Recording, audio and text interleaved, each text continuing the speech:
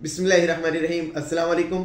आज का व्लॉग बहुत ज़्यादा इंपॉर्टेंट होने जा रहा है क्योंकि आज का व्लॉग है दुबई में इन्वेस्टमेंट के हवाले से और ये इक्वली बेनिफिशियल है दोनों के लिए, पाकिस्तानी ऑडियंस के लिए भी और इंडियन ऑडियंस के लिए भी, क्योंकि हमारा जो चैनल है वो माशाल्लाह इंडिया में भी देखा जाता है। क्योंकि जो जनरल चीज़ें हैं रियल इस्टेट की स्कैमिंग से रिलेटेड और या जो बेसिक टिप्स होती हैं वो क्योंकि कॉमन हर जगह चलती हैं, तो इसलिए हमारी ऑडियंस इंडिया में भी माशाल्लाह मौजूद है। तो ये प्योरली आज हम दुबई के हवाले से बात करेंगे, इंडियंस को लेके और पाकिस्तान को लेके, और इसके बाद इंशाल्लाह हमारी आज़रबाईजान के ऊपर और टर्की के अंदर जो इन्वेस्टमेंट्स हैं, सऊदीया के अंदर जो इन्वेस्टमेंट्स हैं उसके ऊपर भी हमारे इंशाल्लाह व्लॉग्स आ रहे हैं। अगर आपने चैनल अब तक सब्सक्राइब नहीं किया तो वो आप कर लें। कोरोना से पहले भी, कोरोना से बाद भी मैंने खुद बजाते खुद जाके विजिट भी किया टर्की को भी, यूके, फिर इधर शारजा, अबू धाबी, दुबई और फिर अभी रिसेंटली मैं सऊदीया और आज़रबाईजान विजिट करके आया हूँ। और नेक्स्ट जो मंथ है इंशाल्लाह जनवरी 2024 जो है वो अगेन मैं कतर और दुबई जाने वाला हूँ, मजीद जो अपने इन्वेस्टर्स के लिए जो है ना एक्सप्लोर करने के लिए कि मजीद क्या अपॉर्चुनिटीज हो सकती हैं। अच्छा, दुबई में कौन लोग इन्वेस्ट करना चाह रहे हैं? पाकिस्तान से जो पाकिस्तानी बिजनेसमैन है वो करना चाह रहे हैं, और उनसे भी ज्यादा जो हमारा ओवरसीज में पाकिस्तानी बैठे हुए हैं, वो यूएसए में बैठे हुए, कनाडा में या यूके में बैठा है, वो दुबई में इन्वेस्ट करने जा रहा है। इसी तरह इंडिया से जो है, जो उनके ओवरसीज हैं, जो यूएसए कनाडा वाली साइड पे बैठे हैं, वो वहां पे दुबई में इन्वेस्ट करना चाह रहे हैं। तो ये कुछ स्टेट्स मैं आपके सामने रखूंगा, फिर डिसीजन आपके ऊपर छोड़ दूंगा कि क्या हो सकता है क्या नहीं हो सकता। ये भी बात करूंगा कि 2008 का जो रिसेशन आया था तो उसके बाद किस तरह परफॉर्म किया दुबई की रियल एस्टेट ने, और कोरोना के बाद किस तरह परफॉर्म कर रही है रियल एस्टेट। क्या आपको फायदा ही होगा या नुकसान के कितने हद तक चांसेस हैं, ये सारी बातें आज के इंशाल्लाह व्लॉग में करते हैं। अगर हम यूएई को देखते हैं, तकरीबन इसमें 7 स्टेट्स आ जाती हैं, जिसमें अबू धाबी, शारजा, दुबई और अजमान आ जाता है, फुजेरा आ जाता है, और रसूल खैमा आ जाता है, कोयन आ जाता है। ये सारे 7 स्टेट्स आ जाती हैं। और टोटल अगर इनकी ना पॉपुलेशन की अगर बात करें तो तकरीबन 10.1 मिलियन की पॉपुलेशन है, यानी कि 1 करोड़ या 1 लाख इतने तकरीबन यहाँ पे लोग मौजूद हैं। और ये सारे क्या लोकल्स हैं? नहीं, ऐसा नहीं है। लोकल सिर्फ इसमें 11.5% मौजूद हैं, यानी कि 11.5 लाख सिर्फ यहाँ के लोकल्स हैं, बाकी सारे दूसरे कंट्रीज से आए हुए हैं। और सबसे बड़ा जो कंट्रीब्यूशन है वो है इंडिया का 27.5%, यानी कि आप कह लें कि 2.8 मिलियन के करीब जो लोग हैं वो इंडिया से हैं। और उसके बाद जो सेकंड लार्जेस्ट पॉपुलेशन है यूएई में वो पाकिस्तानियों की है, वो है तकरीबन 12.7% के करीब, यानी कि आप कह लें कि 12.5 लाख के करीब पाकिस्तानी वहां मौजूद है। थर्ड नंबर पे इमाराती आते हैं जो वहां के लोकल्स हैं, यानी कि पहले इंडियंस, फिर पाकिस्तानी, फिर अमेराती, फिर उसके बाद जी बांग्लादेशी आ जाते हैं 7% के राउंड अबाउट, फिर फिलिपीनी आ जाते हैं। इस तरह डिफरेंट कंट्रीज की पॉपुलेशन आती जाती है, और ये तकरीबन टोटल मिला के ये बनती है 10 मिलियन के राउंड अबाउट। अच्छा, इसको भी मजीद अगर हम कैटेगराइज करें ना मेल्स और फीमेल्स में, तो इस वक्त तकरीबन 69% के करीब जो टोटल पॉपुलेशन है यूएई की वो मेल्स हैं, और 31% के राउंड अबाउट वो फीमेल्स हैं। और इसमें से मैक्सिमम जो है जो तकरीबन 65% के करीब, यानी कि आप ये कह लें कि 6.5 मिलियन वो लोग हैं जिनकी एज 25 साल से लेके 55 साल तक है, 25 to 55 ईयर्स इनकी ओल्ड है ये सारे। अच्छा, इसके अलावा सबसे इंपॉर्टेंट चीज दुबई, क्योंकि आज का टॉपिक हमारा दुबई है। दुबई की पॉपुलेशन कितनी है, उसका शेयर कितना है इस 10.1 मिलियन के अंदर? दुबई का शेयर इस वक्त तकरीबन है 3.6 मिलियन के राउंड अबाउट, यानी कि 36 लाख लोग दुबई में रह रहे हैं। उसके बाद तकरीबन 1.8 मिलियन 18 लाख लोग शारजा में हैं, और तकरीबन 1.5 मिलियन जो है वो इस वक्त अबू धाबी में है, और बाकी इनकी जो स्टेट्स हैं उसमें थोड़े थोड़े लोग वहां पे मौजूद हैं। तो ये मैंने आपको स्टैट्स बता दी कि यहाँ ये उनकी जो है दुबई की या पूरे यूएई की डेमोग्राफिक्स हैं। और इसके आगे जाके अभी मैं बताऊंगा कि कब कब बहुत ज्यादा चेंज आया पॉपुलेशन के अंदर पूरे यूएई की। तो अब हम बात करने जा रहे हैं दुबई की रियल एस्टेट। आपने देखा होगा सोशल मीडिया के थ्रू बहुत ज्यादा इंस्पायरिंग किस्म के एडवर्टाइजमेंट्स भी आ रही हैं, प्रोजेक्ट्स भी हमें नजर आते हैं। ओवरऑल अगर यूएई के देखें वो भी, और दुबई के स्पेशली डाउनटाउन के आ रहे हैं, और बड़ी अच्छी लोकेशन के प्रोजेक्ट्स आते हैं, और रेडी टू मूव जो प्रोजेक्ट्स हैं वो भी आ रहे हैं, ऑफ प्लान अपार्टमेंट्स भी आ रहे हैं, हाई राइज के बड़े अच्छे प्रोजेक्ट्स आ रहे हैं। लेकिन क्या ये सारे वाकई ही फ्रूटफुल हो सकते हैं? इसमें आप पैसा जनरेट कर सकते हैं और एक दफा आपको प्रॉपर्टी मिल जाए अगर, तो क्या आपकी एनुअल एप्रिसिएशन इतनी अच्छी हो सकती है कि आप इंडिया की मार्केट को छोड़ के और पाकिस्तान की मार्केट को छोड़ के आप जाके दुबई में इन्वेस्ट करें और पाकिस्तान और इंडिया से ज्यादा प्रॉफिट आप जनरेट करें? अभी मैं अजरबैजान गया हुआ था, तो वहां पे पूरा एक ग्रुप आया हुआ था, वो इंडिया से था और वो सारे रियल्टर्स थे, मुख्तलिफ एरियाज के वो रियल्टर्स थे। तो लकीली मुझे उनसे बात करने का मौका मिला और इंडिया की रियल एस्टेट को समझने का मौका मिला, और जो वहां पे हाई राइज का जो इस वक्त काम चल रहा है उसको मुझे बड़ा करीब से उनको देखने का सुनने का मुझे मौका मिला, और उसको फिर मैं पाकिस्तानी मार्केट के लिहाज से उसको मुझे एनालाइज करने का मौका मिला। तो इस लिहाज से मैं फिर अब ये समझता हूं कि पाकिस्तान में या जो इंडिया के इन्वेस्टर्स हैं, क्या उनको दुबई में इन्वेस्ट करना चाहिए या नहीं करना चाहिए? सबसे पहले तो मैं एक की फैक्टर आपको बता देता हूं पॉपुलेशन का। 10.1 मिलियन पॉपुलेशन कोई इतनी बड़ी पॉपुलेशन नहीं है।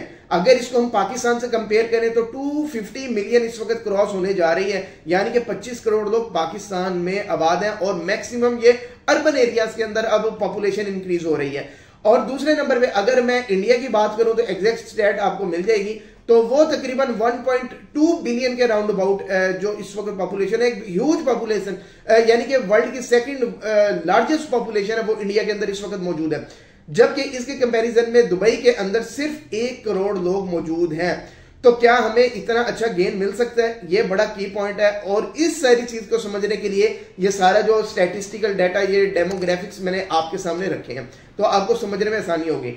इस वक्त हो क्या रहा है कि पूरी दुनिया से जो इन्वेस्टर्स है वो दुबई में आ रहे हैं। बड़ी बड़ी जो कंपनीज हैं, मीडिया हाउसेज हैं और बड़े जो बिजनेसेस हैं, उनके जो वेयर हाउसेज हैं वो दुबई में बन रहे हैं, और हर किस्म का जो सेक्टर है जिसका बिजनेस का हेडक्वार्टर वो दुबई में बनता जा रहा है। और इसके साथ साथ जहां पे जेन्युइन इन्वेस्टमेंट्स आ रही हैं दुबई के अंदर, वहां थोड़ा सा एक इशू ये भी है कि कहीं ना कहीं जो मनी लॉन्ड्रिंग कह सकते हैं या ब्लैक मनी कह सकते हैं, ये भी सुनने में आ रहा है कि वो पैसा भी इंजेक्ट हो रहा है। जब कभी भी ब्लैक मनी का पैसा किसी भी मार्केट में इंजेक्ट होता है तो वहां पे क्या होता है, वहां पे पर एनम जो आपको एप्रिसिएशन मिलती है ना, वो इतनी अच्छी नहीं मिलती।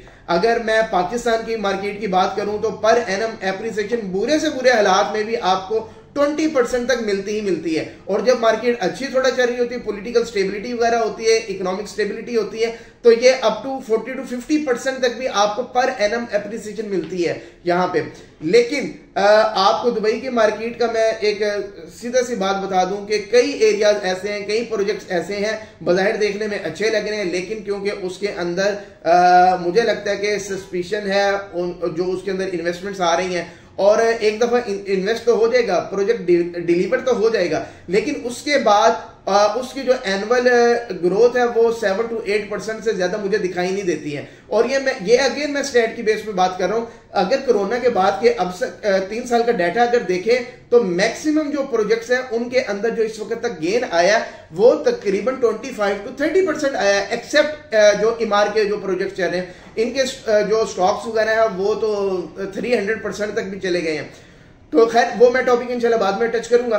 तो 25 से 30% का मतलब है पर एनम आपको 7, 8, 9% से ज्यादा ग्रोथ नहीं मिल रही है वहां पे, जबकि पाकिस्तान और इंडिया की जो मार्केट है ये इससे कहीं ज्यादा आपको एप्रिसिएशन दे रही है। वजह सिर्फ एक है कि जितने बुरे भी हालात हो जाए, कोई भी वेव आ जाए, लेकिन यहाँ की अपनी पॉपुलेशन इतनी है, अपनी डिमांड इतनी है कि अगर कोई बाहर से बंदा नहीं भी आता तो अपने ही लोग लेने वाले बहुत ज्यादा लाइन में लगे हुए हैं। तो इस वजह से डिमांड जो है ना, डिमांड एंड सप्लाई का गैप कहीं ना कहीं क्रिएट हो जाता है। जबकि दुबई के अंदर सप्लाई बहुत तेजी के साथ मार्केट में आती है, क्योंकि वो पाकिस्तान के तरह नहीं है कि एक प्रोजेक्ट शुरू हुआ 7-8 साल में कंप्लीट हुआ। वहां पे 2-2, 3-3 साल के अंदर, 4-4 साल के अंदर प्रोजेक्ट कंप्लीट होता है, मार्केट में आ जाता है, तो सप्लाई वहां पे बड़ी स्पीड से आ जाती है मार्केट में।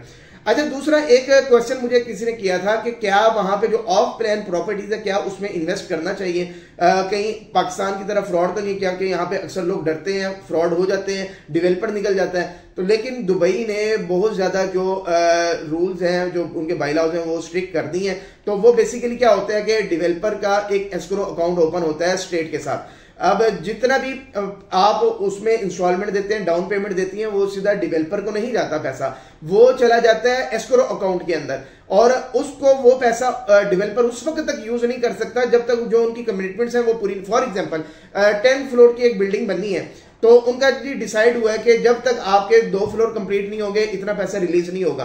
तो डेवलपर को पहले वो डिलीवर करना है, उसके बाद एक उसकी ट्रांजैक्शन हो जाएगी, फिर उसके बाद with the passage of time Aahista Aahista जो स्टेट है उसको रिलीज करेगी एस्क्रो अकाउंट से डेवलपर के अकाउंट में। तो इसलिए अगर किसी स्टेज पे भी डेवलपर निकल जाता है तो किसी को कोई नुकसान नहीं होगा, और एट द एंड वो डेवलपर कंप्लीट करके देगा, अदरवाइज जितने उसके पैसे होंगे वो उसको वापस मिल जाते हैं। तो दुबई की मार्केट बहुत अच्छी जरूर है, लेकिन इसके अंदर एक तो जो पॉपुलेशन का फैक्टर है ये बहुत बड़ा फैक्टर है, लोकल्स का फैक्टर बहुत बड़ा फैक्टर है, और तीसरे नंबर पे कि वहां पे जो ब्लैक मनी है इस तरह का, क्योंकि पीछे फैटफ ने यूएई को आपको पता होगा कि ग्रे लिस्ट में इसी वजह से डाल दिया था कि इनके जो कानून है वो इतना स्ट्रिक्ट नहीं था, जो भी अमाउंट आ रही है, जो भी पैसा आ रहा है यूएई के अंदर, उसके बारे में ये इतनी छानबीन नहीं करते थे कि पैसा क्या व्हाइट मनी है भी नहीं भी, ब्लैक मनी तो नहीं है, तो इस वजह से उनको ग्रे लिस्ट में भी डाल दिया गया था। तो टूरिस्ट कंट्री है, अगर खुदा ना खास्ता कल को वहां पे कोई इस तरह का सिक्योरिटी इश्यूज बन जाते हैं, कोई बन जाते हैं, फिर आपकी जो इन्वेस्टमेंट है वो स्टेक पे आ सकती है, या इस तरह का अगर कोई एक बड़ी वेव कोरोना जैसी आ सकती है, तो क्योंकि लोकल्स तो वहां पे है नहीं, तो वो लोग वापस अपने इलाकों में जब जाएंगे तो डिमांड ऑटोमेटिकली बहुत ज्यादा डिक्रीज हो सकती है।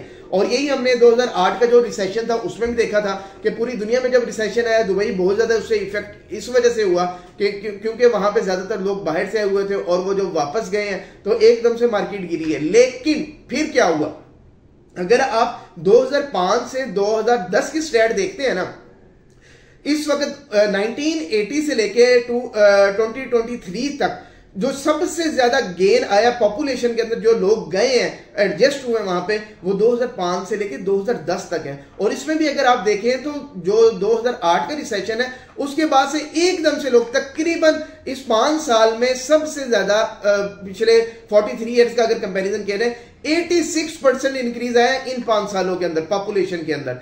तो आप अंदाजा लगा सकते हैं कि जी अगर एक वेव आती है, कोई इस तरह मसला बनता है विद द पैसे, एक फिलहाल तो वो डाउन होती है चीज, लेकिन उसके बाद उतने ही गेन उसके अंदर आ जाता है। अभी आप अगर कोरोना की बात करें तो कोरोना के अंदर थोड़ा सा डैमेजिंग इफेक्ट आया है, लेकिन उसके बाद अगले ही साल जो है ना थोड़ा सा जो पॉपुलेशन है वो मजीद इंक्रीज हुई है। अगर ट्रेंड देखा जाए पर एनम जो है इस वक्त 1% के करीब जो पॉपुलेशन है ना वो इंक्रीज हो रही है, यानी कि तकरीबन 1 लाख के करीब जो है ना नए लोग वहां पे जा रहे हैं, अपने बिजनेसेस ओपन कर रहे हैं या जॉब्स के हिसाब से जा रहे हैं। और अभी आपको पता है कि जैसे दुबई ने जो है गोल्डन वीजा ओपन कर दिया है, और वो प्रोफेशनल्स के लिए भी है, जो एक्स्ट्रा ऑर्डिनरी अपनी फील्ड के अंदर उनके लिए भी है, और इन्वेस्टमेंट वीजा भी है ये बेसिकली। अगर आप 1 मिलियन दिरहम की वहां इन्वेस्टमेंट करते हैं तो आपको जो है ना वो 10 साल के लिए गोल्डन वीजा इशू कर देते हैं। तो ये कुछ स्ट्रेटेजीज है। तो टूरिस्ट पॉइंट ऑफ व्यू से जो है ना वहां पे चीजें अट्रैक्शन है, लोग जा रहे हैं, और आपको वहां, अच्छा एक बंदा यूएसए में बैठा हुआ है, कनाडा में बैठा हुआ है,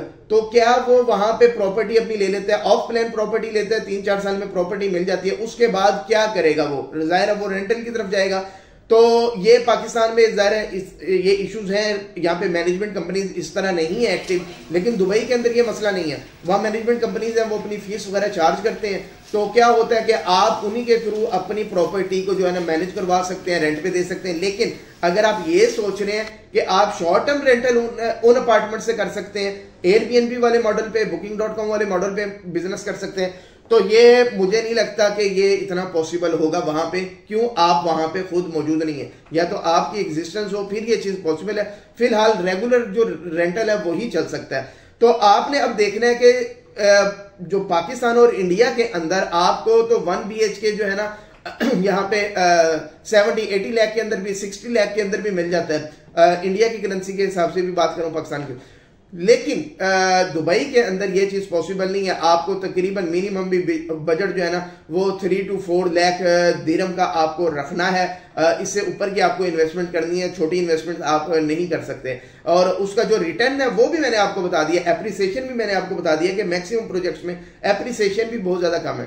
तो मुझे ये लगता है कि आपको जो है ना अपने कंट्रीज के अंदर ज्यादा, पहली प्रेफरेंस इन्वेस्टमेंट आपको अपनी कंट्री को करनी चाहिए, इंडिया को करनी चाहिए या पाकिस्तान को करनी चाहिए। उसके बाद आप जो सेकंड इन्वेस्टमेंट करने जा रहे हैं उसके लिए आप दुबई को कंसीडर करें। पहली के लिए मैं आपको बिल्कुल भी सजेस्ट नहीं करूंगा। और इंशाल्लाह मैं नेक्स्ट मंथ जा रहा हूं और मैं कई अपॉर्चुनिटीज और ज्यादा एक्सप्लोर करूंगा और वो भी इंशाल्लाह मैं आपके साथ शेयर करूंगा। उम्मीद है वीडियो पसंद आई होगी। Thank you very much.